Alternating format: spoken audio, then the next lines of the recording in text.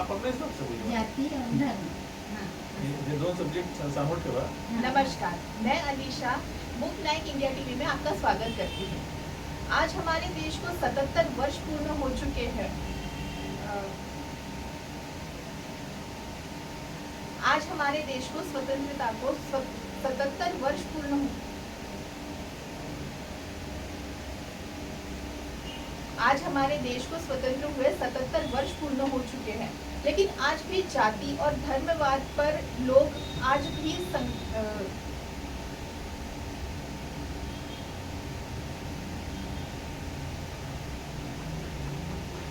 लेकिन आज भी लोग जाति और धर्म के बंधन से मुक्त नहीं हो चुके हैं।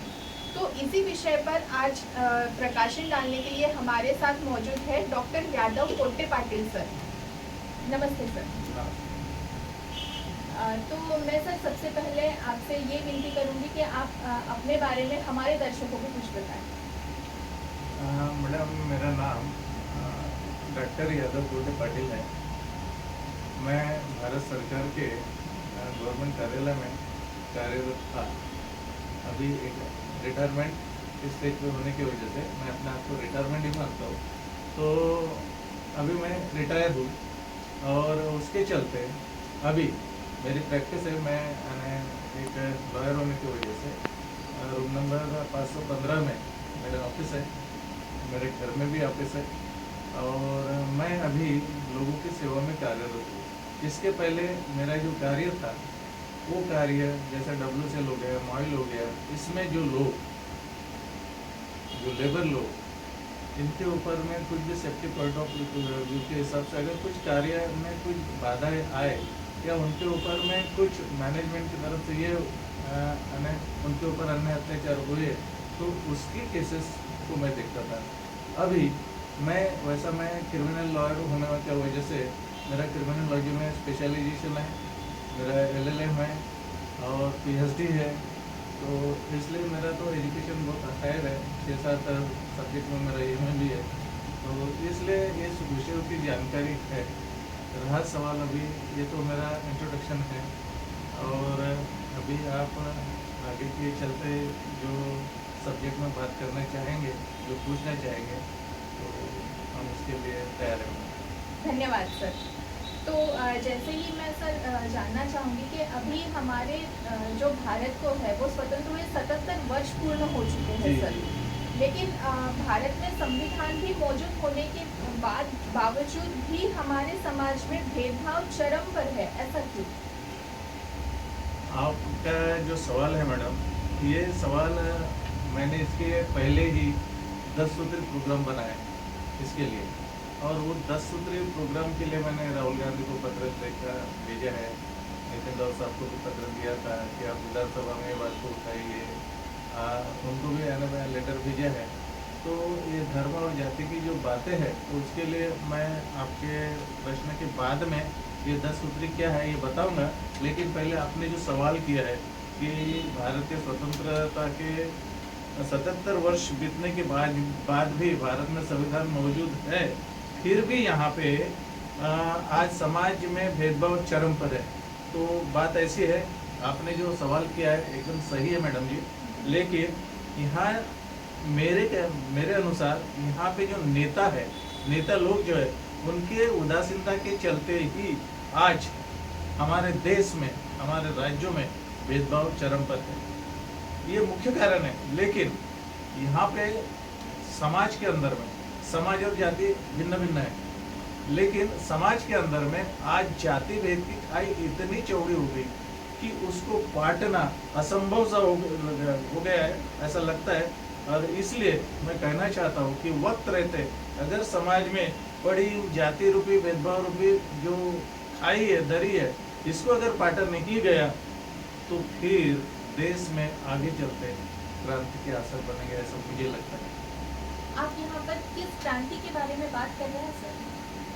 ओह मैडम, बात ऐसी है कि इसमें क्योंकि यहाँ पर जो नेताओं की जो उदासीनता है, आप जानते हैं कि नेताओं से जो उदासीनता के चलते आज समाज में भेदभाव हमारे चरम पे है, ऐसा मैंने इसके पहले ही कहा है। लेकिन इसके मुख्य कारण जो ये है कि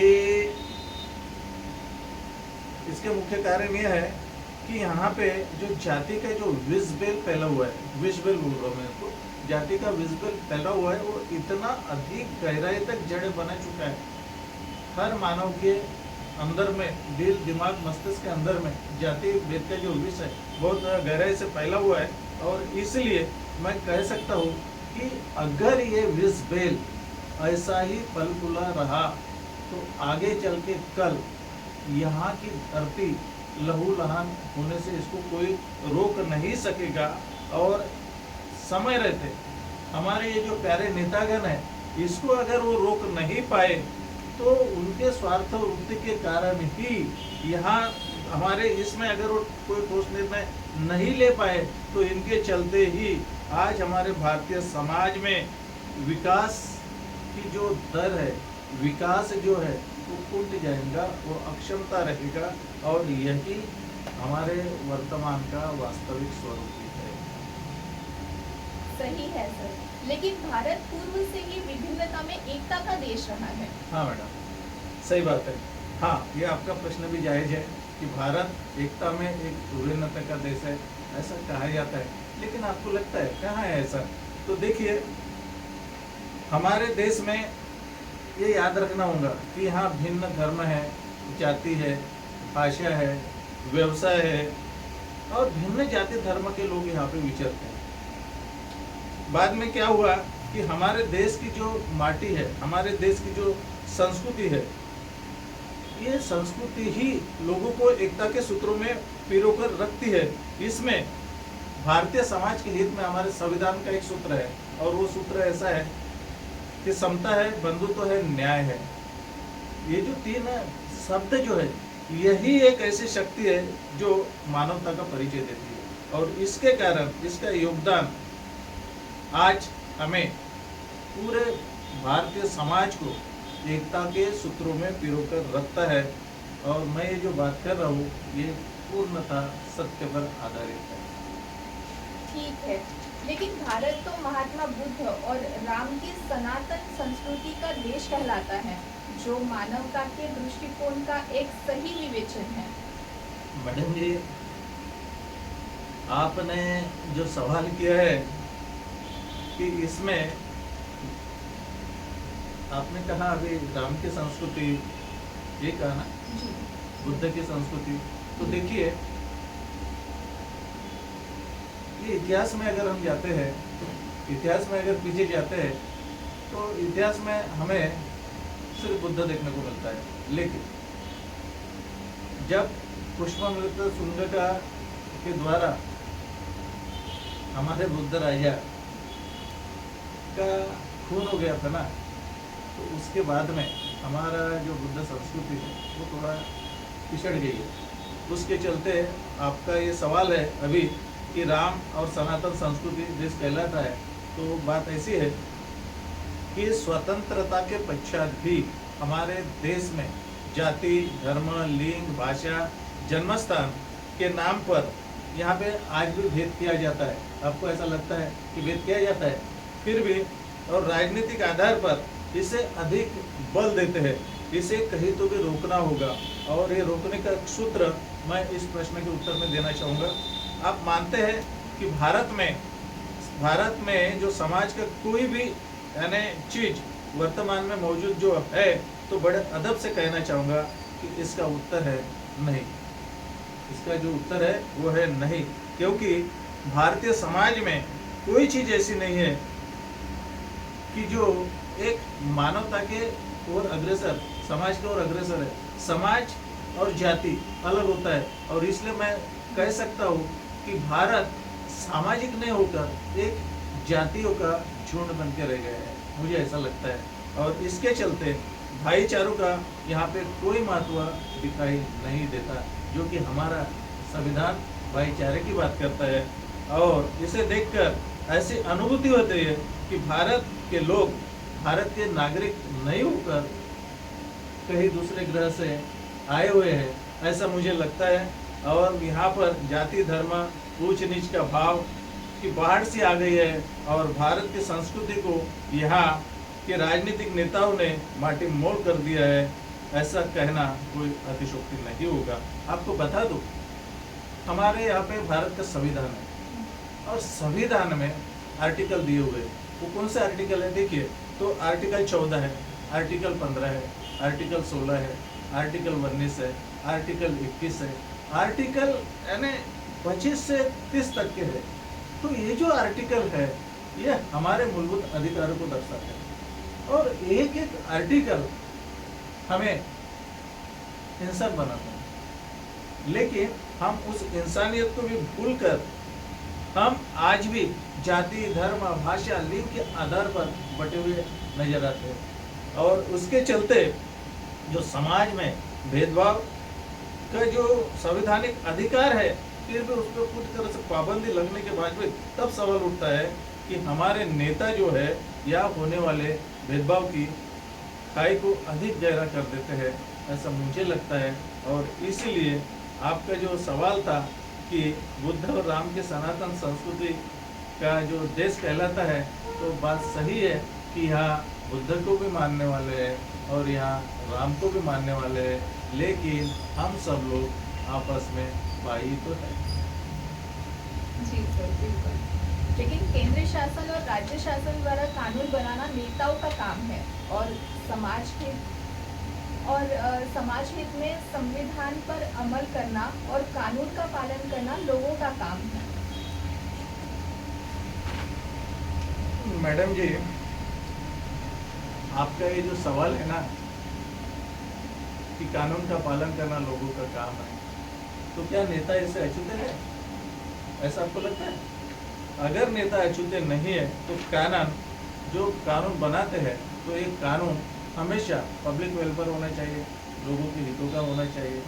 आपने देखा होगा हाल ही में किसान का मुद्दा जब आया, हाल ही की सरकार ने क्या उठाया, तो ऐसे किसान विरोधी कानून बना दिया। अभी हाल ही में एक कानून आया है, SC, ST, OBC, वो जो वर्गीकरण का मुद्दा उठाया है, उसमें अभी हाल ही में यानी सुप्रीम कोर्ट ने भी बोला कि ऐसा ऐसा करने से ऐसा ऐसा हो जाएगा, ये आपको पता है। लेकिन ऐसा जब आया तो कानून बनाने वाले ने तो बना दिया। कानून बनाने वाले जो नेता बैठे हैं ना, स्वतंत्रता के पहले जो नेता थे और अभी के नेता जो है, इनमें दोनों में जमीन आसमान का फर्क है। और इनके चलते क्या हुआ है, ये अपने मन मर्जी से इनको जो वहाँ पे देना है वो देने की कोशिश करते हैं। इसमें समाज हित नहीं होता तो इसमें एक जाति हित की बात करते हैं और इसके चलते जनता को इस कानून की परेशानी उठानी पड़ती है। और हमारा संविधान ये कहता है, संविधान के प्रेम्बल में पहली ही लाइन है, we the people of India. आपने देखा है, तो इसके चलते ऐसा होता हमें यहाँ पे दिखाई नहीं देता है। और इसलिए कहा जा सकता है कि नागरिकों के बीच जो भेदभाव की जो खाई बनी हुई है, ये नेताओं की नासमझी ही इसके लिए पूर्णतः जिम्मेवार है। और आज समाज के लोगों का मन इन नेताओं के इस भेदभावपूर्ण कपटपूर्व नीति के चलते ही आज जाति के लोगों का मतलब तर्कहीन समाज से नहीं बचा है। क्योंकि बुद्ध कहते हैं ना, जो तर्क नहीं करते वो मूर्ख होते हैं। तो आज के नेता मूर्खता की पूरी हद पार कर चुके हैं, ऐसा मुझे लगता है। ठीक है सर, क्या आप ऐसा नहीं मानते हैं कि हम भारतीय संस्कृति एवं संविधान के अध्ययन के पश्चात इस निष्कर्ष पर पहुंच सकते हैं कि भारत के संविधान या राज्य की विधानसभा भारतीय संविधान के अनुसार सर्वोच्च अधिकार प्रदत्त है? हाँ मैडम, ये आपका सवाल बिल्कुल जायज है, वाजिब है कि हमारा भारतीय संविधान ही सर्वोपरि है।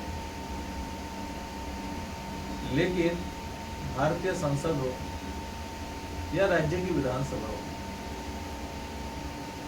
इनको भारतीय संविधान के तहत रहकर ही कोई कार्य प्रणाली करना पड़ेगा, ऐसा आप मानते होंगे। लेकिन ऐसा होता दिखाई नहीं देता। आज इन नेताओं के चलते समाज में ऐसी कुरीतियां फैली हुई है कि जिसके चलते इस समस्या का निदान होना चाहिए, लेकिन आज वो होते हुए दिखाई नहीं पड़ता।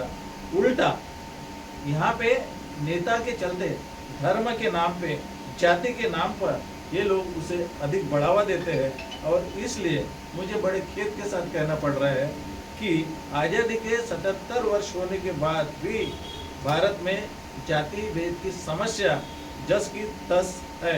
लेकिन ये जो मंदबुद्धि नेता है ना, इसका दोष कहाँ पे मरते पता है ना आपको? आरक्षण के ऊपर में मर देते हैं कि आरक्षण होने से ऐसा हुआ, आरक्षण होने से वैसा हुआ, आरक्षण के चलते ऐसा हुआ। और इसमें पूरा तंत्र, पूरी मशीनरी लग चुकी रहती है और वही कार्य करते हैं जो कि मानवता के दृष्टिकोण से सही नहीं है, ऐसा मुझे लगता है। भारत की स्वतंत्रता के बाद जातियों की कोई समस्या नहीं बची है, क्या आपको ऐसा नहीं लगता? मैडम जी, बात ऐसी है कि आपने जो सवाल किया है कि यहाँ पे जो जाति है, जो लोग एक ही है और एक जैसे ही है, तो आपका सवाल मुझे ये सही नहीं लगता। वो इसलिए सही नहीं लगता क्योंकि देखिए, आए दिन आज यहाँ पे जाति भेद का जो शिखर है सर्वोच्च पद पे चढ़ गए हैं। आज आप उच्च नीचता की जो सीमाएं हैं वो पूरी तरह से मट्टीमोल हो चुकी है। तो मैं कहना चाहूँगा कि इसमें ये जो नेता है इसको खत पानी देते हैं और जैसा बिच्छू और सांप होते हैं ना, वैसे हमें डंक मारकर घायल करते रहते हैं और हमारा जो दिमाग है वो पूरी तरह से अपने वश में कर लेते हैं और लोग इसी जाति के चलते, जाति भेद के चलते वो अपना कार्य करने लग जाते हैं। उदाहरण बता दूं मैं आपको, हाथरस याद होगा आपको, करला की याद होंगी आपको, अभी वो हाल ही में वो बिल्किस बानो का जो केस है वो याद होगा आपको। ये काय की बात है? ये धर्म और जाति की तो बात, ये दूसरा क्या है? तो इसमें अनेक उदाहरण गिनाए जा सकते हैं। और जातियों का अगर आप समस्या का निजात पाना है तो हमें बड़ी मजबूरी के साथ कहना पड़ रहा है कि भारत में डॉक्टर बाबा साहब आम्बेडकर के अतिरिक्त आज तक समाज में ऐसा कोई नेता नहीं आया कि जो समाज को समझ सके और संविधान को भी समझ सके। उसका रोड मैप हमारे बाबा साहब ने बना के दिया है। उनका जागरण करने हेतु अगर मैं कहता हूँ कि आज डॉक्टर बाबा साहब आम्बेडकर जिंदा होते तो आज सही मायने में भारतीयता का उदय जरूर होता। यहाँ पर कौन हिंदू, कौन मुसलमान, कौन क्रिश्चियन, कौन बौद्ध, कौन जैन, कौन पारसी, ये सभी भारतीय संस्कृति के घटक मात्र हैं और धर्म जीवन पद्धति है। ऐसा हाल ही के इसमें माननीय सर्वोच्च न्यायालय सुप्रीम कोर्ट द्वारा उसका आदेश भी पारित किया है। लेकिन फिर भी यहाँ धर्मों की हर राजनीतिक दल, आप देखते होंगे जब भी चुनाव, अभी महाराष्ट्र का चुनाव है, इसमें देखिए आप धर्म की पूरी पराकाष्ठा को तोड़ के नेता लोग आगे आएंगे। उच्च निचता का भाव क्यों पनप रहा है? ये जातियों का छूत जो है ना, जातियों का छूत है ना, आज धर्मों को भी लग चुका है, ऐसा मुझे कहना है। सर, आप कौन से धर्म के बारे में बात कर रहे हैं? क्योंकि कोई भी धर्म भेद करना नहीं सिखाता, वो मनुष्य को आचरण की सीख देता है। क्या हमारा धर्म देश की संस्कृति नहीं है? हाँ मैडम, आप जो अभी धर्म की बात कर रहे हैं तो ये जो सवाल जो आप गोलमोल कर रहे हैं ना, मुझे लगता है कि आप खुलकर बोलेंगे तो अच्छा रहेगा।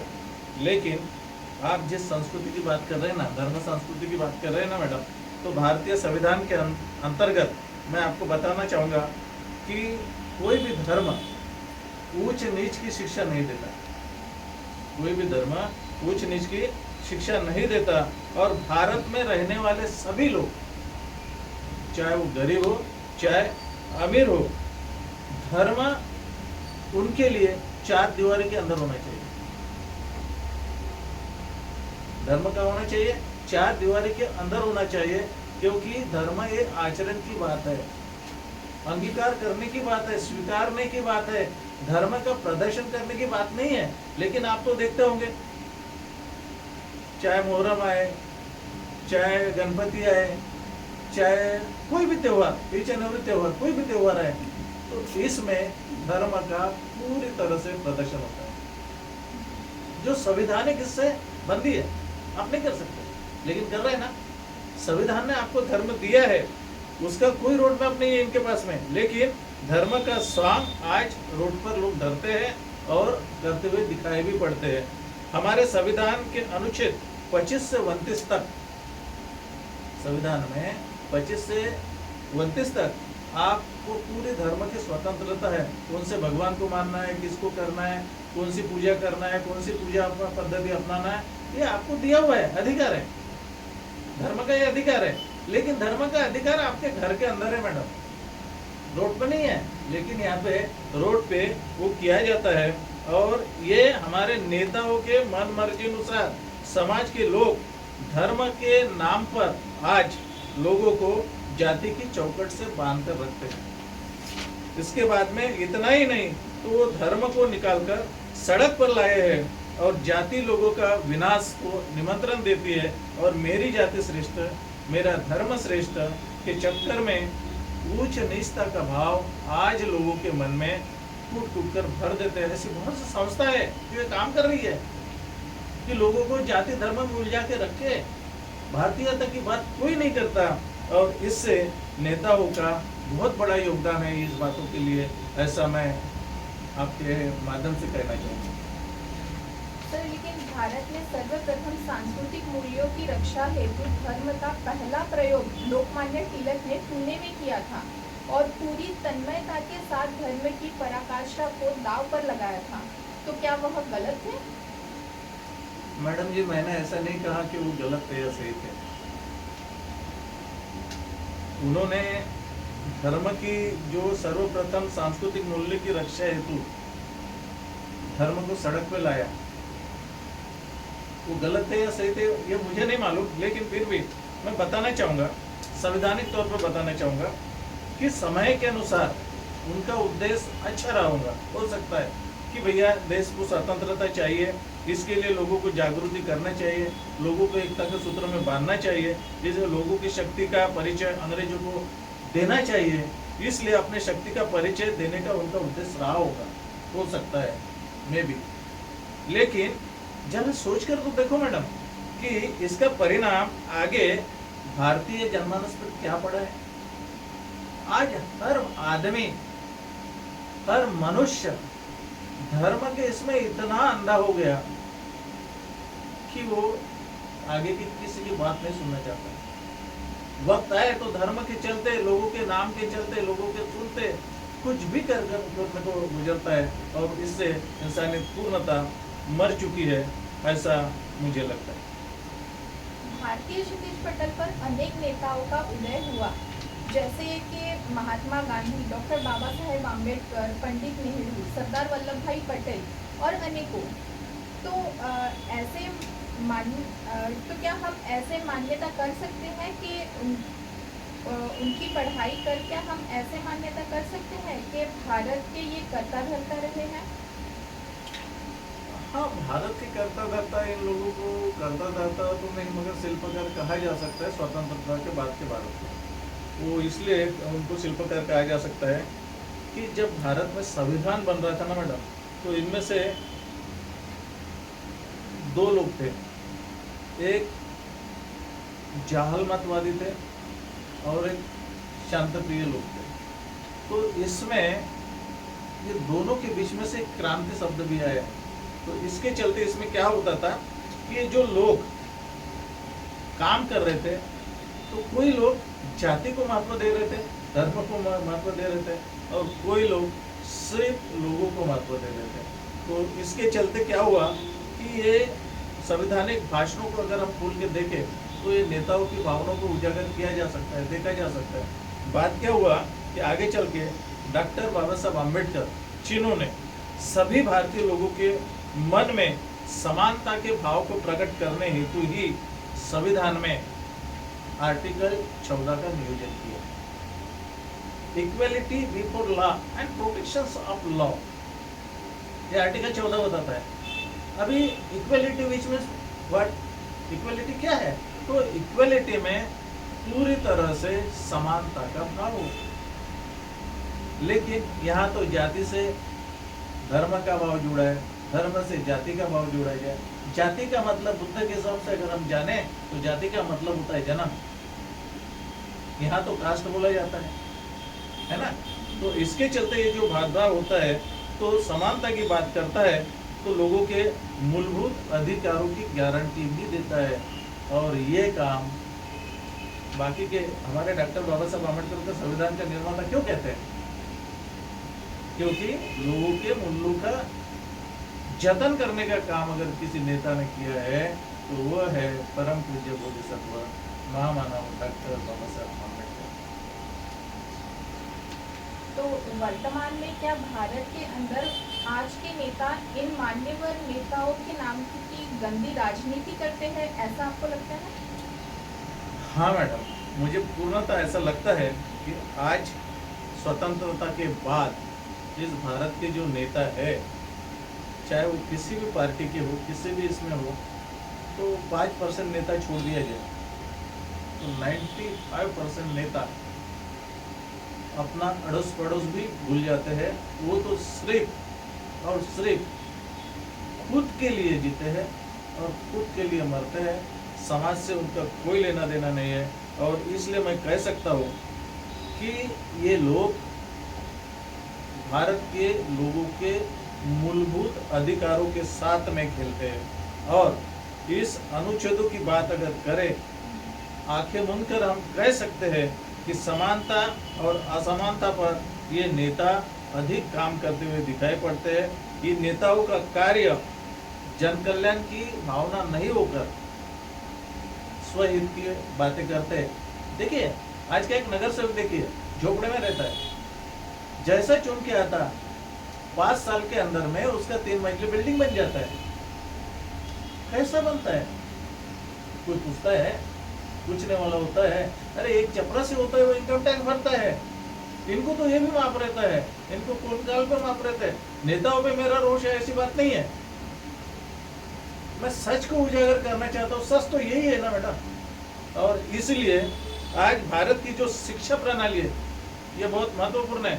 तो शिक्षा प्रणाली, हमारी आज की जो शिक्षा प्रणाली है वो संस्कृत नहीं है, क्योंकि इसमें धर्म को घुसेड़ा जा रहा है, इसमें जाति को घुसेड़ा जा रहा है। आप देखिए ना, आपके स्कूलों में जैसे जाएंगे ना, सबसे पहले आपके जाति का नाम पूछा जाता है, जाति के ऊपर में बात की जाती है, जो कि कानूनन बंदी है। लेकिन कौन मान रहा है कोई? एक वहाँ का लिपिक भी आपसे वो बात करेगा, और स्कूल के कॉलेज के प्रोफेसर हो, ये शिक्षा तक विद्यार्थी जीवन में असमानता का भाव स्कूलों में जहाँ पैदा होते हैं ना, वहाँ पे भी देखा जा सकता है। और बच्चों का दाखला लेते वक्त भी ये जाति का डांस परिवारों को झेलना पड़ता है मैडम। और इसलिए हमारा जो अनुच्छेद है आर्टिकल 14, इसका पूर्णतः उल्लंघन होता है, ऐसा मैं कहूँगा। क्योंकि आर्टिकल 15 इसको प्रतिबंधित करता है, लेकिन हम उसको नहीं मानते। हम आर्टिकल 14 का तो अनुसरण नहीं कर रहे हैं, तो आर्टिकल 15 तो और थोड़े दूर की बात है। इसलिए ऐसा होता है, ऐसा मुझे लगता है। लेकिन भारत में राजनेताओं की इच्छा शक्ति के ही अनुसार जाति, जमाती और ओबीसी बच्चों का कल्याण योजनाओं का लाभ मिल रहा है। देखिए मैडम जी, बात ऐसी है कि आपके प्रश्न में ऊपर में जो मैं उत्तर देना चाहूँगा वो ऐसा है कि राजनीतिक योजना, शिक्षा, रोजगार आदि पर समानता के नाम पर जाति धर्म का उपयोग खुले आम स्कूलों में प्रिंटेड फॉर्म में किया जाता है, जो कि संविधान के अनुसार पूर्णतः प्रतिबंधित है। आप देखिए, आप स्कूल में गए, आपके बच्चे का एडमिशन KG1 में जा, तो सबसे पहले आपको जाति वहां पे नमूद करनी पड़ेगी। क्यों? आपको तो मूलभूत अधिकार है, आप माने या नहीं माने जाति, आप जाति पकड़ के रखे या छोड़े, वो तो आपका राइट है। लेकिन ऐसा क्या हुआ कि जाति की चौखट में बांध दिया आपको, और आप जाति जाति करके चिल्लाए, और जाति का मतलब ही हो गया कि भैया जाति से धर्म आया, धर्म से जाति आई। समझ में नहीं आता। बोलिए। तो क्या यह सच है सर कि भारत का संविधान बाहरी या विदेशी संस्कृति के आधार पर बना है? नहीं मैडम, ये सवाल पूर्णतः गलत है। भारतीय संविधान विदेशी संस्कृति के आधार पर नहीं बना है, तो भारतीय संविधान पूर्णतः भारतीय संस्कृति के आधार पर बना हुआ है। बात ऐसी है कि ये जो संस्कृति है, यहाँ पे आपको भी पता होगा, यहाँ पे वेद को मानते हैं लोग, पुराणों को मानते हैं, और हमारे 24 भाई है, हमारे जनरल कैटेगरी के लोग हैं, हमारे एससी भाई है, हमारे एसटी भाई है, जो भारत की संस्कृति को पोथी पुराणों के साथ में जोड़ देते हैं और उसके साथ में अपना गमन भी करते हैं, रमन भी करते हैं, और इतना ही नहीं तो उसका वमन करते हैं, क्षमन नहीं करते हैं। तो ये जो बातें हैं, इसमें ये इनकी ये जो रचनाएं हैं, ये वर्ण व्यवस्थावादी रचना होने के कारण ये वर्ण व्यवस्था में जाति को अग्रस्थान दिया है, और इसलिए इसके आधार पर ही धर्म की रचना की गई है। सर तो फिर ये सनातन धर्म क्या होता है? मैडम, सनातन धर्म नहीं, सनातन संस्कृति है, सनातन संस्कृति है। और ये जो संस्कृति है, ये शुद्ध बुद्ध धर्म है, बुद्ध का धम्म है। जो धम्मपद होते हैं ना, सनातन एकदम सत्य। संत तुकाराम महाराज क्या कहता है पता है इसमें, कि जसा बोले तसा चाले त्याचे वंदामी पाऊले। ये संत तुकाराम महाराज कहते हैं, जैसा का वैसा रखने वाला सनातन, जैसे का वैसा। अब मेरे को बताइए, एक एसटी का आदमी सनातन को फॉलो करता है, धर्म को फॉलो करता है ना? एससी का आदमी भी धर्म को फॉलो करता है। सभी तो यहाँ पे बौद्ध लोग नहीं है, सभी तो यहाँ पे मुस्लिम नहीं है, सभी तो यहाँ क्रिश्चियन नहीं है, सभी तो यहाँ हिंदू नहीं है ना? लेकिन हम संस्कृति की अगर बात करें तो इसमें जाति गौण है, धर्म भी गौण है। सनातन संस्कृति यानी भारत, भारत यानी बुद्ध का धम्म, और बुद्ध का धम्म यानी सनातन संस्कृति। इसमें मैं 2-3 उदाहरण बताऊंगा आपको, कि बाबा साहब ने कहा है, ये मैं नहीं कह रहा हूँ, ये मेरे तरफ से नहीं कह रहा हूँ, ये डॉक्टर बाबा साहब अम्बेडकर की किताबों से कोट की हुई बात बता रहा हूँ आपको। यहाँ धर्म प्रणाली थी, धर्म व्यवस्था थी, ठीक है, वो वर्ण आधारित थी इसके पहले। अभी वर्ण आधारित में ऐसा था कि वर्ण में आप अपने वर्ण को चेंज कर सकते थे आपके गुणों के आधार पर, लेकिन आज धर्म बना है जाति के आधार पर। तो बाबा साहब ने कहा था कि जो गुणों की खान होते हैं, पंडित किसको कहते हैं, ब्राह्मण किसको कहते हैं? ये जो अपने आप को ब्राह्मण बोलते इसको ब्राह्मण बोलते क्या? जो पंडित बोलते इसको पंडित बोलते क्या? नहीं, जो गुणों से सर्वश्रेष्ठ है वो सनातन होता है, उसको सनातन कहते हैं। न कि ये जो सनातन लिखा हुआ है कि किसी हिंदू का सनातन है, किसी क्रिश्चियन का सनातन है, नहीं, मनुष्य का जन्म ही सनातन में होता है, पूर्व से चलते आया हुआ है, जन्म मृत्यु पूर्व से चलते आया है, जब से जीवन है उसको सनातन कहते हैं। सनातन किसी पर्टिकुलर आदमी के इसको थोड़ा कहते हैं। और यही बात बुद्ध ने समझाई है। तो बाबा साहब कहते हैं कि इसके लिए तर्क ये देते हैं, तर्क देके समझाया था, पहले कुछ लोगों ने बताया था, फिर बाबा साहब ने बताया कि बात ये पूर्ण सत्य है कि पहले की जो वर्ण व्यवस्था थी तो उसमें चारों वर्ण के लोग, ईसा पूर्व 185 के पहले की बात देखिए, हिस्ट्री देखिए उसमें, तो पूरे लोग एक दूसरे से शादी कर सकते हैं। बाबा साहब का कंसेप्ट में मिश्र विवाह पद्धति, बाद में तो धर्मांतर किया, उनका वो भी है, लेकिन वो कर सकते थे। आज करते हैं क्या? आज होता है क्या? वो वर्ण व्यवस्था आज लागू है क्या? बाबा साहब ने मनुस्मृति क्यों जलाई थी? ये कंसेप्ट जब उल्टा हुआ था, उसके बाद ही मनुस्मृति में जो कुछ भेसड़ हुआ है, जो कुछ मिलाया गया है और जो लोगों को थोपा गया है, जब बुद्ध की संस्कृति थी, तो ऐसे समय में ये चीजों का विरोध किया गया और विरोध करने के चलते इसको पूर्णतः खत्म कर। पहले क्या बोलते थे, तर्क करते थे लोग कि भैया ये जो वर्ण व्यवस्था जो थी, तो ये शरीर के 4 पार्ट है, ऐसा बोला जाता था कि भैया ये जो मुख है ये ब्रह्म है, ये जो छाती वाती है, जो बाहु वगैरह है, ये सीधा तो क्षत्रिय है, अपना जो पेट वगैरह है तो उसको पूरा वो वैष्णव मानते थे, पैर है उसको शुद्ध, अरे शरीर का एक पार्ट ऑफ ह्यूमन बॉडी, ये उसका एक रिसर्च था उनका। लेकिन आज सच में ऐसा है क्या? सच में ऐसा नहीं है ना। आज तो भैया तुम शूद्र हो, पूरा ओबीसी समाज को शूद्र कहा जाता है, पूरा ओबीसी समाज शूद्र है। बाकी दलितों की तो बात छोड़ दीजिए, मैं दलित तो नहीं बोलूंगा, लेकिन जितने भी अस्पृश्य लोग हैं उनकी बात छोड़ दीजिए। तो हम लोग जनरल है, तो जनरल का मतलब ऐसा थोड़ा हुआ कि हम ऊपर जाके बैठे। पूरा भारत सनातनी है, पूरा भारत सनातन संस्कृति से जुड़ा है, बुद्ध के संस्कृति से जुड़ा है। इसलिए हमारे पीएम विदेशों में जाते हैं तो क्या कहते हैं पता है? हम भारत के देश से, यानी भारत के बुद्ध के देश से आए हैं, हमारा भारत बुद्ध का देश है, वो जानते हैं। सनातन वाले को भी सनातन वाले बोलते हैं हमारा सनातन, ब्राह्मणों का सनातन है क्या? नहीं, ये सनातन पूरे भारत के संस्कृति का है, इसलिए उसको सनातन कहते हैं, जो आदि से चला आ रहा है।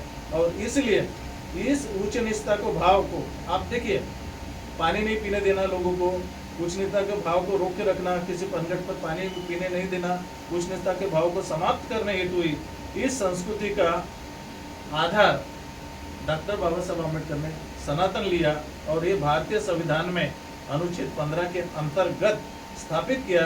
इसलिए संविधान में धर्म, जाति, लिंग, रेस, ये सब बातों को प्रतिबंधित करती है। ऐसा सनातन है मैडम। तो भारत के संविधान में किसी भी जाति या जाति का उल्लेख नहीं होकर सूची और उसके वर्ग हैं। सही बात है। लोगों में समानता लाने के लिए डॉक्टर बाबा साहब अम्बेडकर ने यहाँ देखा कि लोग अनेक जाति, अनेक भाषा, अनेक प्रथाओं को मानने वाले लोग थे। तो उसको एक लाने के लिए उन्होंने क्या किया, जब भारतीय संविधान बना तो शेड्यूल बनाए। संविधान के अंदर में शेड्यूल है, उसको शेड्यूल बोलते हैं, और शेड्यूल के बाद में सूचियाँ बनी है। तो SC, ST, OBC, ये नाम सुना है ना मैडम आपने? तो SC एक सूची है, न कि जाति है, जातियाँ नहीं है, सूची है। लेकिन उस सूची के अंदर में कौन लोग आएंगे? तो कुछ पर्टिकुलर जाति के लोग जाएंगे। SC में सभी जाते क्या? SC में कौन जाते हैं? जिसको शेड्यूल कास्ट बोला गया वो लोग जाते हैं ना। शेड्यूल कास्ट तो सुधारित नाम है, शेड्यूल कास्ट सुधारित नाम है। वैसा ST शेड्यूल ट्राइब, वो उसमें जाते हैं। लेकिन उसके अंतर्गत अभी जैसा OBC वर्ण व्यवस्था के हिसाब से शूद्र है, उसको बोलते हैं। OBC का मतलब होता है पिछड़ा वर्ग, अति पिछड़ा वर्ग, OBC, अदर बैकवर्ड क्लासेस, उसका मतलब वो होता है ना। फिर भी हम लोग खुश है ना, OBC लोग हम खुश है कि नहीं? क्यों खुश है? क्योंकि अदर बैकवर्ड क्लास है करके, इसलिए खुश है क्या? नहीं। तो बाबा साहब ने संविधान के अंदर में 340 पहला OBC को दिया, 341 शेड्यूल ट्राइब कास्ट को दिया, और 342 शेड्यूल ट्राइब को दिया। इसका जब हम विश्लेषण करते हैं तो तब हम देखते हैं कि इसमें ये सब उल्टा सीधा करने का अधिकार भी किसको दिया है? किसको OBC से निकालना, किसको OBC में डालना, किसको SC से निकालना, किसको ST में डालना, ये पूरा अधिकार भारतीय संसद को है, जो संविधान ने दिया है। तो भारतीय संविधान ये हमेशा भारतीय लोगों के जन कल्याण की बात करता है। लेकिन यहाँ क्या हो गया, नेता अपने मनमर्जी अनुसार अपने यानी राजनीति को चमकाने के लिए हमारे मूलभूत अधिकारों के साथ में खेलते हैं। और इसलिए मैं कहता हूँ कि नेताओं से पूछना चाहिए कि ये किस आधार पर राज्य सरकार या केंद्र सरकार स्कूलों में जाति और धर्म को लिखते हैं, उनको पूछना चाहिए, लेकिन कोई पूछता है? नहीं पूछता है। आज 77 ईयर्स हो गए, लेकिन हम जहाँ के वही पढ़े हैं, जस के तस से ही पढ़े हुए हैं, और आशा करते हैं कि ये जो नेता है ये मेरी मुलाकात सुनने के बाद इसकी समीक्षा करेंगे, ऐसा मुझे लगता है। और ऐतिहासिक तत्वों की अगर हम कुछ करें तो पूर्व में हमारे जो पूर्वज थे इस त्रासदी को झेल चुके हैं मैडम जी, और तांत्रिक युग में आज समाज के लोग आगे जाकर इस जाति को तिलांजलि देंगे और कुछ ऐसा लिख रहे। अच्छा भी लगता है, कोई कोई लिखता है, बहुत कुछ ऐसा लिखता है। तो 2-3 इसके जाति के ऊपर मैं नाम लेना चाहूँगा। एक डॉक्टर मदान हुए, उनके जाति का बहुत बड़ा आर्टिकल है। डॉक्टर बाबा साहब आम्बेडकर तो है ही है, तो उन्होंने जो डॉक्टर मदान का जो जाति विश्लेषण के ऊपर में इतना अच्छा आर्टिकल है। और फिर दूसरे है भदंत आनंद कौशल है, जो डॉक्टर बाबा साहब आम्बेडकर के साथ में रह के ही उनकी किताबों को उन्होंने ट्रांसलेट किया है, आपको पता भी होगा। लेकिन मैं ये कहना चाहूँगा कि लोगों ने कि जातिवादी की चिंता नहीं करना चाहिए, चिंतन करना चाहिए। लोग जाति की चिंता करते हैं ना, चिंता नहीं करना चाहिए, चिंतन करना चाहिए। जो कि समाज में जाति धर्म के नाम पर एक दूसरे को जो नीचा दिखाया जाता है ना, उससे ये अपने देश के हित में नहीं है और ये ठीक भी नहीं है। सभी लोगों को लगता है कि हम जो कार्य कर रहे हैं, लोग देखिए मेरे को मेरी जाति पे गर्व है, ऐसा कहते हैं ना लोग, है ना। मैं मेरी जाति में जाऊंगा, जाति के लिए मैं माटी खाऊंगा, मट्टी खाऊंगा, क्या क्या बोलते हैं, जो कि वो सच्चाई नहीं है। और वही सत्य ऐसा नहीं होता जब तक किसी बात की समीक्षा नहीं होगी, जब तक उसकी चिरपाड़ नहीं होगी, देखोगे नहीं, समझोगे नहीं, और सच क्या है सामने रखोगे नहीं, तब तक तो अंधकार ही अंधकार रहेगा मैडम। और इसलिए महात्मा गौतम बुद्ध कहते हैं कि जो लोग तर्क नहीं करते हैं वो मूर्ख होते हैं, इसलिए तर्क करना चाहिए। और बोलने वाला मूर्ख है या तर्क करने वाला, ये विवेक बुद्धि से ही हमें इस पर सोचना पड़ेगा। तो सर, संसद या राज्य की विधानसभा में जो सामाजिक विषय लिए जाते हैं, जिस पर चर्चा की जाती है, उसमें समाज हित सर्वोपरि होना चाहिए या वैयक्तिक? मैडम, ये जो आपका जो सवाल है ना, तो ये सवाल ऐसे है कि संसद या राज्यसभा की विधानसभा में ये उठाने जाने वाले जो विषय है, ये संबंधित प्रस्तावित विचार हमेशा लोकहित के होने चाहिए, न कि स्वयं हित के। मैं पूर्व के उत्तर में बता चुका हूँ, और इसलिए भारतीय सामाजिक संगठन की नींव मजबूत होनी चाहिए। अच्छा सर, तो नेताओं द्वारा महापुरुषों के विचार पर टिप्पणी करने के पहले अपनी विवेक को जांच कर लेनी चाहिए। हाँ, नेताओं ने अपने विवेक की जांच करना चाहिए। सही सवाल किया आपने कि नेताओं, जो नेता लोग होते हैं, ये हमेशा झूठ को परोसते हैं, उसको प्रोपेगेंडा करते हैं झूठ का। और उसके चलते क्या होता है कि समाज में आज हम जो देखते हैं, टीवी में जो देखते हैं, उसी को सच मान बैठते हैं। तो इसका कहना ऐसा हो जाता है कि एक पहलू पर हम विचार करते हैं, उसकी दूसरी बाजू से हम विमूढ़ होकर कार्य करते हैं और भाष्य कर देते हैं। इसलिए ये मानवीय मूल्यों के हितों में नहीं होगा, ऐसा मुझे लगता है। डॉक्टर बाबा साहेब अम्बेडकर कहते हैं कि समाज यह संघर्ष डॉक्टर बाबा साहेब अम्बेडकर कहते हैं कि समाज यह संघ शक्ति का घटक है। बिल्कुल सही है। डॉक्टर बाबा साहब अम्बेडकर ने समाज को ही संघ शक्ति का घटक कहा है, जाति को नहीं कहा, समाज को कहा है। समाज का डेफिनेशन वर्ग होता है, जाति है ना, समाज नहीं होता। जाति का समूह ये समाज नहीं होता, जातियों का समूह समूह समूह समूह मिलके समाज बनता है। अभी अपन सनातन की बात की है ना, तो सनातन वही होता है। ये नहीं होता कि वो ब्राह्मण सनातनी है या कोई हिंदू सनातनी है या कोई मुस्लिम सनातनी है, बात वो नहीं होती। तो इसमें समाज हित में संघ शक्ति का निर्माण करना चाहिए, ये बाबा साहब ने कहा था। इसीलिए उन्होंने जो schedule caste, schedule tribe, OBC ये जो बनाया ना 85% लोग, तो इनकी जो संघ शक्ति है वो बड़ी होगी। तो देखिए 85% अगर लोग आए तो नेता किसके चुन के आएंगे? 85% के आएंगे, है ना? लेकिन ऐसा हो रहा है क्या? आज देखिए ना, टॉप टू बॉटम पर्टिकुलर लोग जाते हैं, तो 85% जो लोग हैं वो भिखारी रहेंगे। तो हमारे संविधान के अंदर ये संघ शक्ति का जो कंसेप्ट था, बाबा साहब ने जो दिया, पूछा गया था उनको, तो तब उन्होंने आर्टिकल 340 ओबीसी के लिए, आर्टिकल 341 एससी के लिए और आर्टिकल 342 ट्राइब के लिए दिया था, और उन्होंने इस समाज की कल्पना की थी। लेकिन स्वतंत्रता के पश्चात हमारे भारत में समानता आधारित संस्थाएं नाकाम रही है। समाज आधारित संस्थाएं, इसके लिए कौन जिम्मेदार है?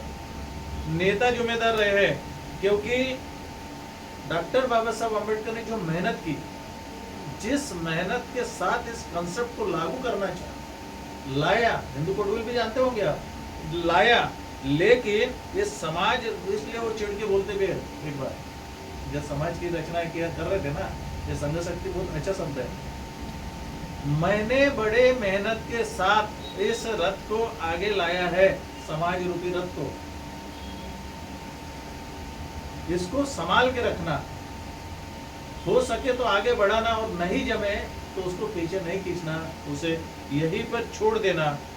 अन्यथा समाज रूपी ये जो संघ शक्ति की जो बात है, घटक की जो बात है, अगर ये नहीं रहा तो हमारी आने वाली पीढ़ियां, अनेक पीढ़ियां गुलामी की दलदल में घुस जाएंगी। ऐसा डॉक्टर बाबा साहब अम्बेडकर ने भारतीय समाज को आगे करते यानी आगाह करते हुए घोषणा की। ये उनका घोषवाक्य है, संघ शक्ति। इसलिए आपने सही सवाल पूछे मैडम कि बाबा साहब कहते हैं कि समाज संघ शक्ति का एक घटक है। तो सर, डॉक्टर बाबा साहेब अम्बेडकर द्वारा समाज सुधार का रोड मैप क्या है? मैडम, ये जो रोड मैप की अगर हम बात करें तो ये एक इंटरव्यू में तो पूरा नहीं होता, फिर भी मैं बताना चाहूँगा शॉर्टकट में थोड़ा सा। बात ऐसी है कि बाबा साहब कहते हैं कि सभी जातियों की एक व्यापक संस्था तैयार होनी चाहिए। सभी जातियों की एक व्यापक संस्था तैयार होना चाहिए, पर्टिकुलर जाति की नहीं होना चाहिए, सभी जातियों की। तो इसके पहले मैं आपको बताऊं, 80 की बात है उधर में, तो सबसे पहले यहाँ पे महात्मा फुले महामंडल तैयार हुआ था, नाम सुना होगा आपने। तो महात्मा फुले महामंडल जैसा बना, तो उसमें सभी टाइप के सभी लोग जाते थे वहाँ पे। ये नेताओं के मन में खुरापत सूची, और इन्होंने क्या किया, अन्नाभाऊ साठे महामंडल बना दिया, वसंतराव नाइक मंडल बना दिया, अलग अलग टाइप के महामंडल बना दिए। वो लोग यहाँ तक नहीं रुके, फिर क्या हुआ, लोग तो डिवाइड हुए ना, यहाँ से इधर आधे लोग इधर, आधे लोग इधर। तो ये जो बाबा साहब का संघ शक्ति का जो कंसेप्ट था, उसको तोड़ने का काम किया उन्होंने। और इसमें फिर क्या किया कि लोगों को एक दूसरे के इसमें से जो जमा धन वाली जो बात थी, अगर सभी का होता बेनियल फंड के हिसाब से, अगर पूरा समाज है, अब एक उदाहरण लो, फॉर एग्जाम्पल एक गाँव है, गाँव में 1000 लोग रहते हैं, 1 रुपया हर घर से निकाला जाए तो 1000 रुपये जमा हो जाएंगे। उसमें ये मत देखिए कि मुस्लिम है कि हिंदू है कि बौद्ध है, कौन है, वो छोड़ दीजिए, समाज बोलिए, समाज के लोग। तो उस पैसे से उसको बेनियल फंड करेंगे हम, उससे उनका विकास, उनका एजुकेशन, उनका ये सब संभव है कि नहीं, है ना। यही डॉक्टर बाबा साहब को अपेक्षित था। और वैसा इसलिए एक मराठी में कहावत है कि दारिद्र्याचे मनोरथ उपजल्या बरोबर लयात जातात, अर्थात समाज में जातियों की जो गरीबी है ना, तब हम जो धन निकालने की बात करते हैं तो पैसा निकाले, तो इसलिए बाबा साहब कहते थे 1 रुपया बेनियल फंड। तो इसलिए समाज जातियों से नहीं, समाज जातियों के समूह से बनता है, और उसे हम जनसागर कह सकते हैं, और यह सिर्फ समता से ही संभव है। तो क्या सर, जाति उन्मूलन हेतु सरकार योजना का अभाव है? हाँ मैडम, जाति उन्मूलन में सरकारी योजना का अभाव है। सही बताओ, आज तक 77 ईयर में कोई सरकार आज तक ऐसी नहीं आई कि जो इसका सीधा जवाब दे, तो गोलमोल उत्तर देती है। बहुत बार सवाल आया है, ये ऐसा सवाल बहुत बार पूछा गया, बहुत सारे पत्रकारों ने पूछा, लेकिन उसका गोलमाल उत्तर दिया। वो इसलिए उन्होंने गोलमाल उत्तर दिया क्यों कि ये लोग क्या है, जातियों के समूह के तोड़कर जातियों के कुटे से बांध देते इनको अलग अलग। अभी जैसा मैंने इसके पहले बताया आपको कि महात्मा फुले महामंडल था, अन्नाभाऊ साठे, वसंतराव नाईक, अनेक सारे महामंडल हर जातियों के, अब्दुल कलाम कलाम साहब के नाम से वो जी महामंडल बना है, ऐसे बहुत सारे महामंडल बने। अभी हाल ही में आपने पढ़ा होगा 10-15 दिन के पहले महाराष्ट्र गवर्नमेंट के ये देवेंद्र फडणवीस साहब के जो मंत्रिमंडल है, इन्होंने खैरे कुंभी का समाज भवन, पिडले कुंभी का समाज भवन, अरे मेरे भाई तू खुद है यानी ब्राह्मण है, हमारे भाइयों को क्यों बांट रहे हैं? आप लोग ये सवाल क्यों नहीं पूछते उनसे? हाल ही में पढ़े होंगे आपने, और ऐसा उन्होंने किया है। तो ये जो जातियों में बांटने का उनका जो फार्मूला है ना, इसमें बहुत माहिर होते हैं इन लोग, इनको किसी से कोई लेना देना नहीं होते। वक्त आए तो इनको सभी लोग चलते हैं, लेकिन हमको एक दूसरे से लड़ाते हैं, ये नेताओं का काम है। और सरकार के कहने पर अपने विवेकतानुसार जिन लोगों को जातियां प्यारी होती है वही अंधभक्त बनते हैं, अंधविश्वासी बनते हैं, और जाति का सत्यापित कर अपने जाति की जतन करते हैं और बोलते हैं कि भैया मेरी लड़की की शादी मेरी जाति में की जाएगी। हमको पूछो, हम बोलेंगे हमारे जाति की लड़की सिर्फ इंसान से की जाएगी, कैलिबर लड़का हो तो उसमें ऐसा है। और इसलिए ये नेताओं के चलते, इस नेताओं के उदासीनता के चलते समाज में हमेशा ऊंच नीचता का भाव जिंदा रहता है। कहावत है कि दृढ़तापूर्वक अगर हम कह सकते हैं कि बूंद बूंद से तालाब भरे, अर्थात हमारे बहुसंख्यक समाज में आज उसकी अगर संख्या देखें तो 85%, और उसमें भी अनुसूचित जाति की संख्या 24% है। मैं पूरे देश की बात कर रहा हूँ, 24% है। फिर भी ये पूरे भारत में जाति भेद आज भी चरम पर है, और इसका सीधा सीधा किसको लगाया जाता है आरोप? आरक्षण को लगाया जाता है कि आरक्षण होने से जाति भेद फैला, ऐसा ही बोलते हैं ना, जबकि ये दूर दूर तक की सत्यता नहीं। तो क्या सर महाराष्ट्र में जाति सर्वश्रेष्ठ है? हाँ, आपने पेशवाओं का नाम सुना ही होगा जो महाराष्ट्र का है, और इसलिए महाराष्ट्र में जातियां सर्वश्रेष्ठ माना गया है। देखिए महाराष्ट्र में हमारे यहाँ पे अनुसूचित जाति, जनजाति और ओबीसी के लोगों की जो बात रख रहा हूँ, तो इसमें कोई लोग अन्यथा ना ले इसको। महाराष्ट्र में अगर हम देखें तो अंदाजा प्रमुख सभी ग्रुप की जातियों में 3-4 जातियां ही सर्वश्रेष्ठ होती है, यानी हर जाति में 2-3, अभी जातियां बहुत सारी रहती है, सब कास्ट वगैरह जिसको बोलते हैं ना, तो जातियां बहुत सारी रहती है। लेकिन इसमें महाराष्ट्र के अंदर में अभी जैसा एक उदाहरण लेता हूँ, ओबीसी में 2 जातियां अग्रसर हैं। कितनी जातियां? बहुत सारी, एक तेली कुंभी, एक तेली जात, एक दूसरी कुंभी जात। हर गांव में, हर घर में, हर जिले में 25-25, 30-30 घरों की बस्ती मिलेगी। एससी में आओ तो 3 जातियां मिलेंगी, महार मिलेगा, मातंग मिलेगा, अपना चर्मकार मिलेगा, ये 3 जातियां आ जाती है। बाकी की जातियां है ना, तो ये महाराष्ट्र में, अच्छा फिर यही लोगों को लेके इन्होंने ताना बाना बोल दिया, किन लोगों ने? जो सरकारें होती हो, और ये लोगों को लेके ही इन्हीं के बच्चे, इन्हीं का सब, इन्हीं का, अरे बाकी लोगों का क्या होगा? समाज में इक्वलिटी कहाँ है? तो इसलिए हमने 10 सूत्री कार्यक्रम में कहा है कि भैया ये जाति धर्म को हटा दीजिए, यार रखो मत, जाति और धर्म के कलम को ही हटा दीजिए और सबको इक्वलिटी में लेके, जिसको भी आना है, जिसको अपनी जाति प्यारी है ना, वो जाति को ले सकता है वो, लेकिन सबको एक ही कुटे से क्यों बांधते हो? और इसलिए जब भी इन लोगों को पूछो कि ऐसी ऐसी बात है, तो किसी सरकार के पास में जातियों का कोई भी डाटा, मुबलक डाटा उपलब्ध नहीं होगा। सुप्रीम कोर्ट ने कहा है डाटा उपलब्ध कराओ, अट क्यों लगाया? अभी जो डिसीजन आया था तो सुप्रीम कोर्ट ने अट लगाया इनके ऊपर में कि भैया डाटा उपलब्ध कराइए, तो ये कमेटी बना के रख दिए, यानी एक जाति से दूसरी जाति को लड़ा दो, ये इनका काम है। उसका विश्लेषण नहीं करेंगे कि उनको वो देना चाहिए, उसको वो देना चाहिए, सबका भला कैसा हो।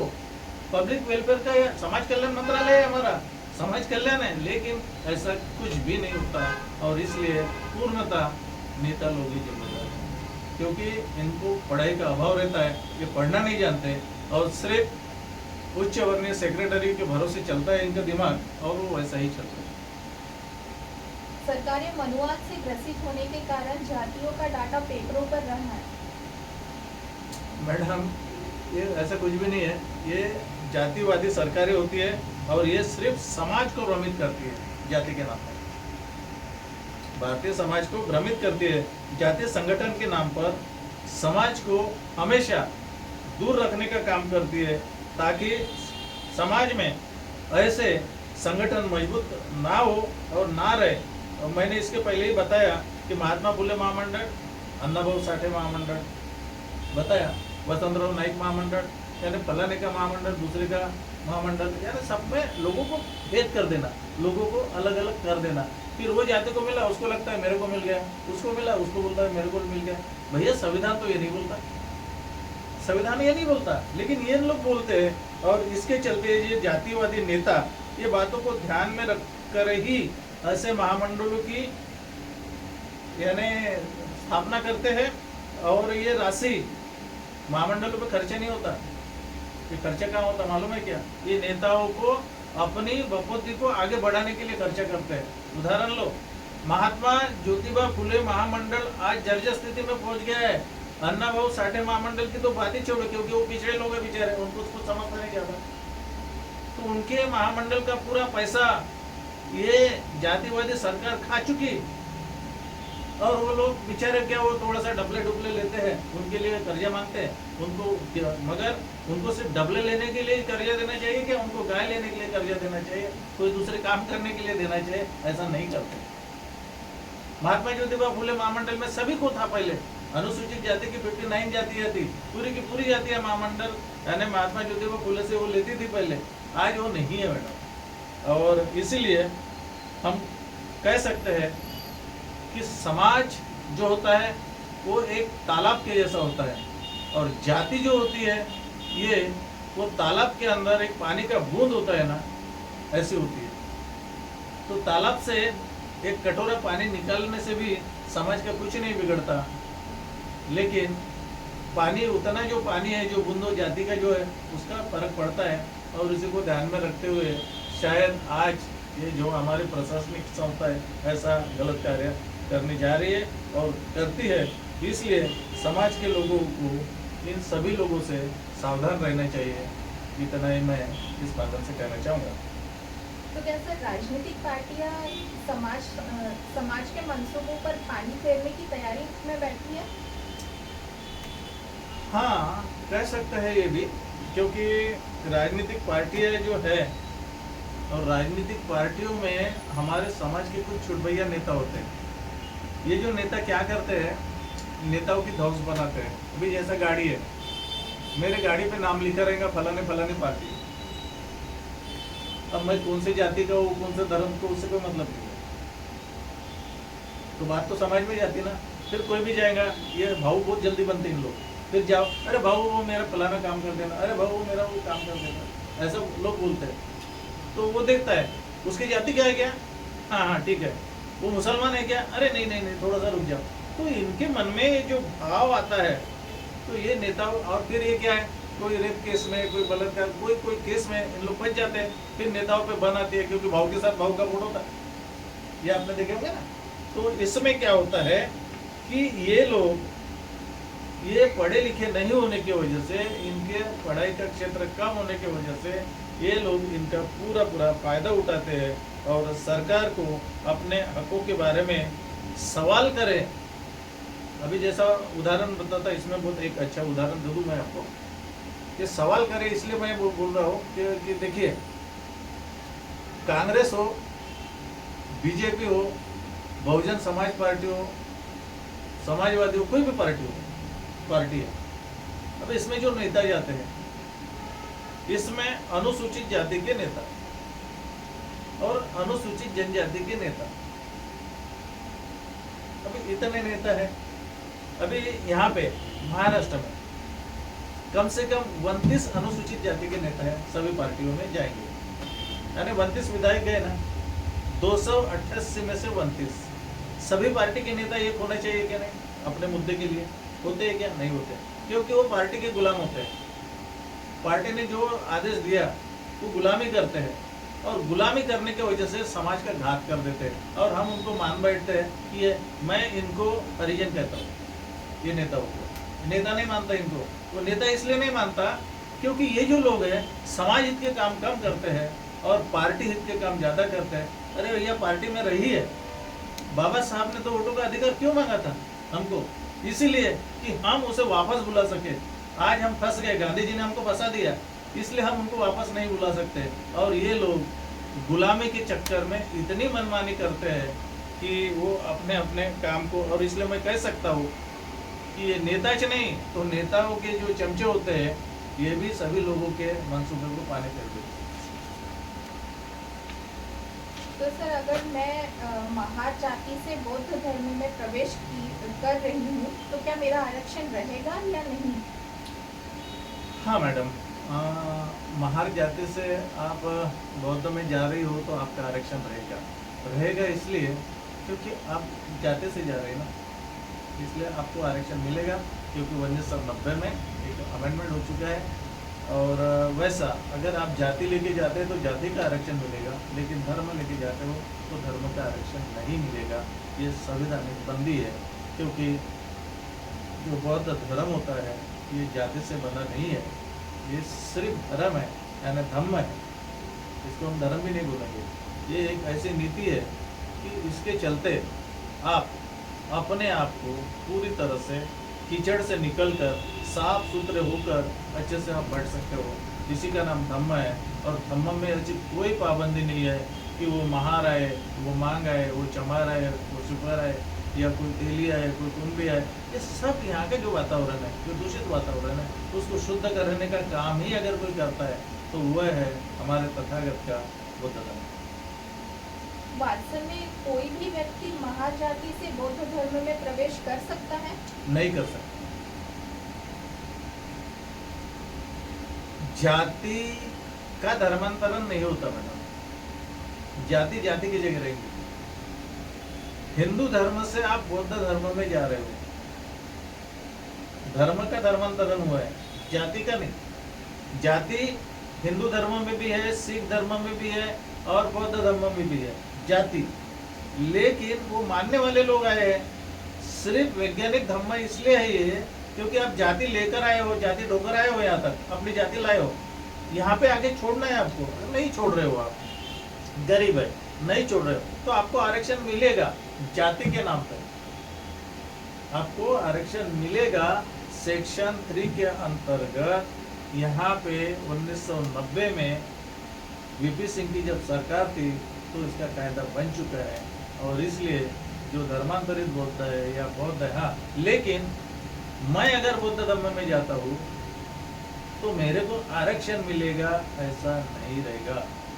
बौद्ध के हर आदमी ये जनरल ट्रीट करेंगे बौद्ध का आदमी, लेकिन वो जाति को साथ में जाता है, जाति लगाता है, तो वो अपने जाति का फैसिलिटी ले सकता है। और आपने जो सवाल पूछा है कि जाति लेकर जा सकता है क्या, तो मैं बोलूँगा नहीं। वो इसलिए क्योंकि जाति का धर्मांतरण नहीं होता। धर्मांतरण क्या का होता है? धर्म का होता है मैडम, है ना, धर्म का होता है। हिंदू धर्म से बौद्ध धर्म ऐसा होगा, लेकिन महार जाति से बौद्ध जाति या मांग जाति से बौद्ध जाति, वो ऐसा नहीं होता। यहाँ के जो फॉर्मेट है वही पूर्णतः गलत है, उसको बदलने की जरूरत है। और ये सरकार के लोगों ने करना चाहिए, ये नहीं करते, वो फॉर्मेट ही गलत है। तो सेक्रेटरी लेवल पे ये काम कर सकते हैं, नहीं कर रहे, गलत है, उसको बदलना चाहिए। तो सर, मैं आपसे और एक सवाल पूछना चाहूँगी कि दिनांक 17 अगस्त 2024 की बात है सर, कि कुमारी श्रेया नवशत्रु तांबेकर वडनेकर, यह एक लड़की थी जिसके टीसी पर जाति के कॉलम में बौद्धिस्ट लिखा हुआ था। और उसने महार जाति का प्रमाण पत्र प्रस्तुत किया, तो उस आधार पर प्रवेश नियमन तो इस आधार पर प्रवेश नियामक प्राधिकरण उसमें उसको नहीं इस दिया। आधार पर प्रवेश नियमन प्राधिकरण की ओर से नर्सिंग कॉलेज में उसे प्रवेश नहीं मिला। दिया गया, ये ऐसा कहना है ना। हाँ। बात ऐसी है मैडम, मैंने अभी इसके पहले के जो सवाल पूछे आपने उसमें बताया मैंने आपको कि जाति धर्म में नहीं है, धर्म में जाति नहीं है, लेकिन 1956 में डॉक्टर बाबा साहब अम्बेडकर ने जब धर्मांतर किया तो हमारे जो पुरखे रहे, किसी ने लिखा महार, पहले महार, हिंदू महार ऐसा लिखा रहता था। उसमें क्या हुआ कि जब उसका बाप पढ़ा लिखा था, ये लड़की का बाप, तो उसने अपने बेटी को दीक्षित करके बौद्ध बनाया, बौद्ध बनी हुई। लेकिन जाति की फैसिलिटी का जो पावर है वो गवर्नमेंट को था, और वो अभी प्रोवाइड भी हो गया कि सभी लोग अपनी जाति वापर सकते हैं, यूज कर सकते हैं। तो उसमें जाति को अलग से देना है, जाति को अलग से देना है, तो इसके लिए क्या है, देखिए मैं आपको एक सर्कुलर बताता हूँ।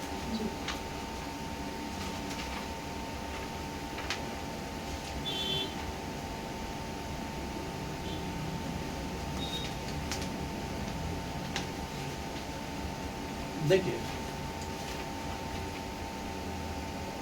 ये सर्कुलर नंबर है 12016, 12016 SCDRL cell, government of India, Bharat सरकार, मिनिस्ट्री ऑफ वेलफेयर, कल्याण मंत्रालय। ठीक है, यह है 20/11/1990 का सर्कुलर है। चलिए आप हमारे प्रेक्षकों को भी एक बार मैं बता कैमरा रहा में हूँ। दिखा दीजिए। ये बता रहा हूँ, ये सर्कुलर है। तो इसमें भारत सरकार क्या करती है, जैसा स्टेट का जो जाति होती है स्टेट में और पूरे देश में लगना चाहिए। अभी यहाँ की लड़की अगर बैंक में सर्विस करना चाहे तो, या बैंक में बोलो या सेंट्रल गवर्नमेंट में किसी ऑफिस में सर्विस करना चाहे, तो उसके लिविंग पे लिखा हुआ है बौद्ध, और उसमें लिखा हुआ है उसमें लिखा हुआ है महार। काय में लिखा हुआ है महार, जाति में। मगर जो लिविंग है, लिविंग सर्टिफिकेट का जो फॉर्मेट है यहाँ पे हमारे राज्य में, वो फॉर्मेट ही गलत है। तो जो बौद्ध की जो जाति है वो लिस्टिंग नहीं है, बौद्ध धर्म जो है धम्मा वो लिस्टिंग नहीं है, तो उसको वो जो सूची बनी हुई है वो सूची से बाहर है।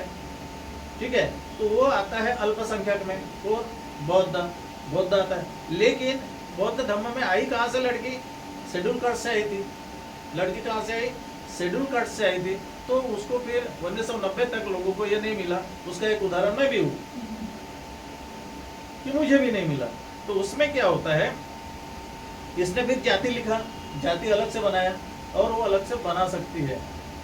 पहले नवबौद्ध लिखा जाता था, बाद में कन्वर्टेड बुद्धिस्ट फलानी मार्कास्ट फलाने नंबर पर 37 पे वो लिखा जाता था। वैसा सर्टिफिकेट इशू करते थे।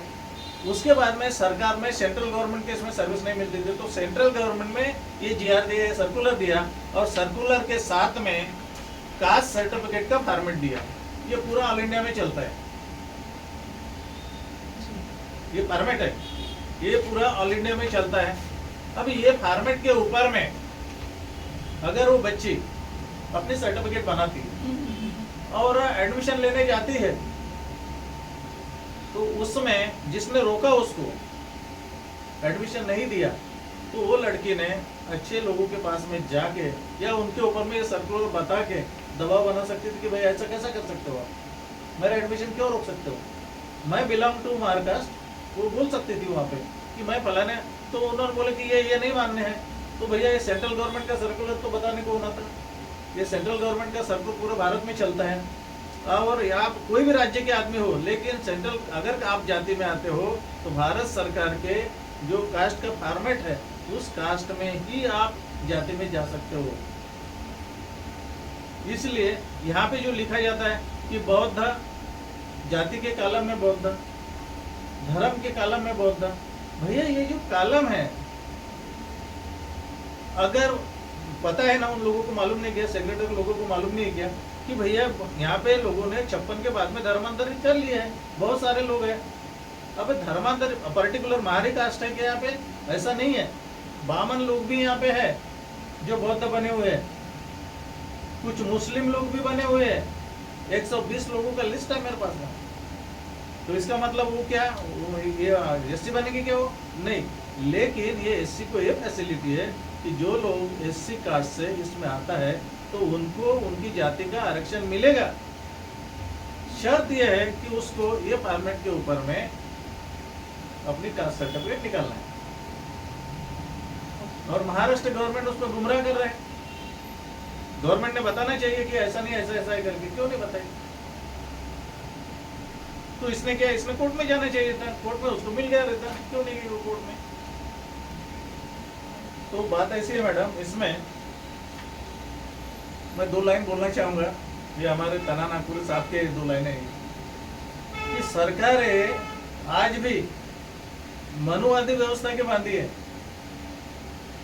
जो सरकारें है ना, वो सरकारें आज भी मनुवादी व्यवस्था की बांधी है। वोट के लिए इनको बाबा साहब चलता है, वोट के लिए बाबा साहब और नोट के लिए गांधी है, ऐसा कह सकते हैं हम। और ये इतना तंतोतंत है कि ये वैसा कर रहे हैं और वैसा हो रहा है। तो इसमें क्या हुआ मैडम, हमने, मेरा कहना ये है, मैं इस इंटरव्यू के माध्यम से कहना चाहूँगा कि अगर महाराष्ट्र गवर्नमेंट है, महाराष्ट्र सरकार इसमें अगर कोई करती है तो सबसे पहले इन्होंने करना चाहिए हमारे 10 सूत्री कार्यक्रम के अंतर्गत कि अस्पताल से ही जब बच्चा जन्म लेना जाता है वहाँ पे, तो उसी फॉर्मेट से पहले ही जाति धर्म के कालम को हटा देना चाहिए, वो नहीं रखना चाहिए। ओनली फॉर बात है नेशनलिटी रखी है। बाबा साहब कहते हैं ना, प्रथमतः भारतीय और अंततः भारतीय। I am first Indian and last Indian बोलते हैं ना, तो उसी प्रकार ये हटाना चाहिए। उसके बाद में हम स्कूल कॉलेज में जाते हैं, स्कूल कॉलेज भी प्राइवेट रहते हैं, कोई सरकारी रहते हैं, उसमें भी वही जाति का रहता है, तो उसमें भी जाति धर्म की बातों को हटा देना चाहिए। उतना ही नहीं, फिर अगर पीजी लेवल पे जाते हैं, महाराष्ट्र गवर्नमेंट में एक चीज़ है, जो पीजी लेवल पे पढ़ते हैं और गवर्नमेंट के कॉलेजों में, वहाँ कास्ट नहीं लिखा जाता, धर्म नहीं लिखा जाता। वही फॉर्मेट पूरी तरह से लागू क्यों नहीं होता? नहीं लिखते। अगर आप पीजी लेवल पे पढ़े हो तो उसमें नहीं लिखा जाता, लेकिन कॉलेज लेवल पे, इंजीनियरिंग कॉलेज के लेवल पे आपकी जाति को नमूद किया जाता है। और जब बच्चे पढ़ते हैं तो उनको बड़ी तकलीफ होती है। उसके बाद में आता है हमारे को जो लिविंग सर्टिफिकेट मिलते हैं, ट्रांसफर सर्टिफिकेट, अगर ये जाति धर्म का कालम ही ना हो तो आप मानेंगे कि ये बच्चा, और ये बच्चे ने सही किया था कि इसका जो लिविंग है उसमें बौद्ध लिखा हुआ था जाति के कालम में। वो उनको तो पता होना चाहिए, वो कॉलेज वालों को, कि भैया बौद्ध ये जो जाति का कालम है, हमारी सर्टिफिकेट ही गलत है। जिसने ट्रांसफर सर्टिफिकेट दिया वो बेटी को, तो उसका फॉर्मेट ही गलत है ना, उसका वो बच्ची का दोष है क्या? उसको मालूम है मैं बौद्ध हूँ करके, इसलिए उसने बौद्ध बताई, है ना। रही जाति की बात, तो जाति तो अलग से है। मध्य प्रदेश में जाइए, जाति अलग से लागू होती है, लेकिन हमारे महाराष्ट्र में ये नहीं है। अभी जैसे धर्म और जाति की जो शक्ति करते हैं, तो मैं चाहूँगा और गवर्नमेंट से रिक्वेस्ट करना चाहूँगा कि ये जाति धर्म के कालम को यहाँ से हटाइए और लोगों भी छोड़ दीजिए, क्योंकि हमारे पास में मूलभूत अधिकार है संवैधानिक। आप कौन होते हो जाति पूछने वाले? आप कौन होते हो उसका धर्म पूछने वाले? संविधान ने दिया है ना, वो करेंगे ना, वो उनके कर्तव्य है। लेकिन आप तो भैया एक संस्था बना लिए, पैसे लेते हो, सब कुछ करते हो, और उसमें बोले जाते हो कि भैया इसमें ऐसी ऐसी जाति है, ये भरो, ये फलाना फॉर्मेट। अभी फ्रीशिप होती है, इसमें कॉलेजों में फ्रीशिप होती है, स्कॉलरशिप होती है, अभी EWS कोटा आया। आपको पता है EWS कोटा कोई भी ले सकता है, पता है क्या आप लोगों को? मगर लोग बोलते हैं नहीं, सिर्फ ब्राह्मण ही ले सकते हैं। किसने बताया ऐसा? जो भी जनरल कैटेगरी का आदमी होगा वो EWS कोटे में जा सकता है। लेकिन बात ऐसी है, अगर आप EWS कोटे में जाते हो तो वो सिर्फ इनकम पे लेवल पे मिलता है, मगर आप बाद में जनरल नहीं जा सकते। अगर आपको जनरल रहना है तो ईडब्ल्यूएस कोटे को छोड़ना पड़ेगा। तो ये जो बातें हैं, ये शिक्षा का अभाव होने के कारण ये सब बातें हैं, और इसलिए हम ये जो जाति धर्म की जो प्रविष्टियाँ जो लिखी जाती है, इसको कहीं तो भी यानी सरकार ने ये करना चाहिए। इसके लिए मैंने राहुल गांधी जी को भी लिखा है, वो तुम्हारे नितिन बाबू को भी लिखा है, नितिन बाबू साहब को भी लिखा है, ऐसे 2-4 लोगों को लिखा है। और मैं अभी माननीय जो उप मुख्यमंत्री है हमारे देवेंद्र फडणवीस साहब, मैं उनको भी ये देने वाला हूँ कि वो इस पर अमल करें। और जब भी किसी की भी सरकार बने, आने वाले सरकारों को हम मेरी तरफ से अभी से शुभेच्छा, लेकिन जब भी सरकार बने, किसी की भी बने, वो ये काम जरूर करें कि महाराष्ट्र के अंदर में विद्यार्थियों के लिए जाति धर्म के कालम को नदारद करे और वो उनके विवेक पे छोड़े। अरे जिसको जाति की फैसिलिटी चाहिए वो अपना प्रूव करेगा ना। आपका समाज कल्याण मंत्रालय क्या कर रहा है? आप तो अभी तक कौन झूठ और कौन सच ये भी नहीं पहचान पाते हो, 77 साल में ये भी नहीं पहचान पाते हो। तो ये ऐसा हो, ऐसा मुझे लगता है। और आपने जो सवाल पूछे मैडम, ये जो सवाल है ये समाज हित में है, इसके लिए मैं आपको मेरी ओर से तहे दिल से धन्यवाद देना चाहूँगा, आपके टीवी को धन्यवाद देना चाहूँगा। और आपने जो भी सवाल पूछे तो मुझे लगता है कि इसमें समाज हित ही छुपा हुआ है, और समाज के हित के लिए आपका टीवी अग्रसर है और आप भी कार्यरत है। इसी के साथ में मैं अपना वाणी पूरा करता हूँ। बहुत बहुत धन्यवाद सर। जैसे दर्शकों, अभी सर ने इतनी अच्छी जो इन्फॉर्मेशन है वो हमारे साथ में शेयर की है, चाहे वो जातिवाद को लेकर हो, चाहे समाज के बारे में हो, या तो फिर कायदे के बारे में। तो मैं इसके लिए यादव सर का बहुत ज़्यादा तहे दिल से धन्यवाद करती हूँ। मुक्त नायक न्यूज़ चैनल देखने के लिए आपका बहुत बहुत धन्यवाद।